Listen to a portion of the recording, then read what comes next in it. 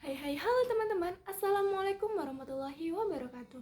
Perkenalkan, saya Leni Rafiatul Hidayah dengan NPM 2301032013. Nah, teman-teman, di sini Leni akan menjelaskan kembali dan menambahkan sedikit materi mata kuliah statistik tes hasil belajar yang dosen jelaskan minggu lalu. Nah, jadi materi yang pertama itu ada pengertian dari statistik dan statistika.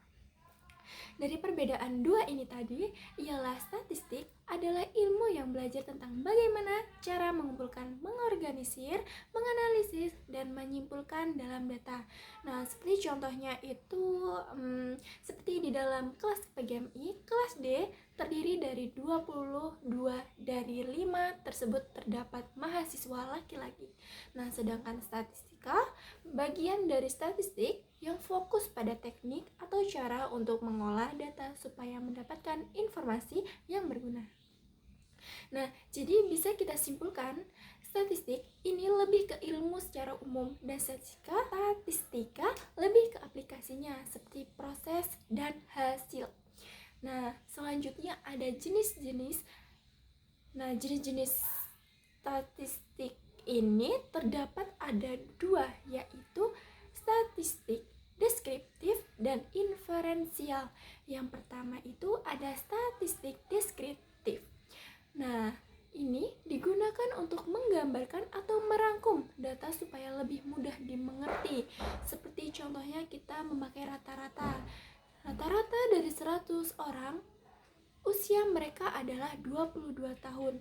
Nah, deskriptif ini membantu kita dengan cara yang lebih simpel dan mudah dipahami.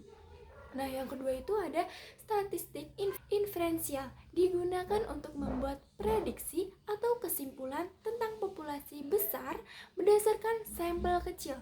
Seperti contohnya nih, sebanyak 50% di antara semua mahasiswa yang menerima beasiswa dari bank tertentu telah mendapatkan IPK di atas 3,65. Nah, dari contoh ini tadi mahasiswa dapat langsung menyimpulkan bahwa peluang dirinya untuk mendapatkan beasiswa lebih dari 40% jika ia dapat memiliki IPK 3,65. Dalam statistik inferensial ini ada dua, yaitu parametrik dan non-parametrik. Nah, parametrik itu normal dan non-parametrik itu tidak normal. Nah, selanjutnya ada populasi dan sampel, teman-teman. Nah, populasi ini adalah kumpulan dari seluruh objek yang sedang diteliti dengan lambang N besar. N besar ya, teman-teman. Nah, contohnya kita mau tahu tentang kualitas pelayanan di sebuah restoran. Jadi populasinya tuh semua pelanggan di sebuah restoran yang pernah datang. Jadi pelanggan yang pernah datang itu adalah populasi yang akan kita teliti, teman-teman. Nah, yang kedua itu sampel. Sampel ini bagian dari populasi yang kita ambil untuk diteliti lah ya, teman-teman. Nah, sampel ini dilambangkan dengan N kecil, teman-teman. Nah, seperti contohnya nih dari populasi pelanggan restoran tadi ini. Nah, tidak mungkin kan kita tanya kepada semua orang yang pernah makan di sana karena jumlahnya itu banyak sekali. Masa kita harus tanya-tanya satu-satu gitu kan nggak banget gitu kan. Jadi ambil aja sampelnya, yaitu.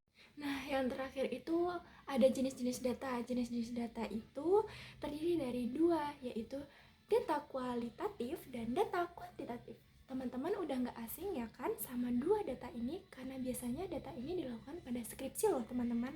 Oke, Leni jelasin ya pengertian dari data dua ini. Yang pertama, data kualitatif. Data kualitatif ini data yang tidak bisa dihitung atau diukur, melainkan hanya menggambarkan kategori atau sifat tertentu. Contohnya warna rambut. Warna rambut itu kan ada hitam, coklat, pirang. Terus ada lagi nih jenis makanan favorit kita. Nah, terus yang kedua itu ada data kuantitatif yang bisa dihitung atau diukur, biasanya berupa angka.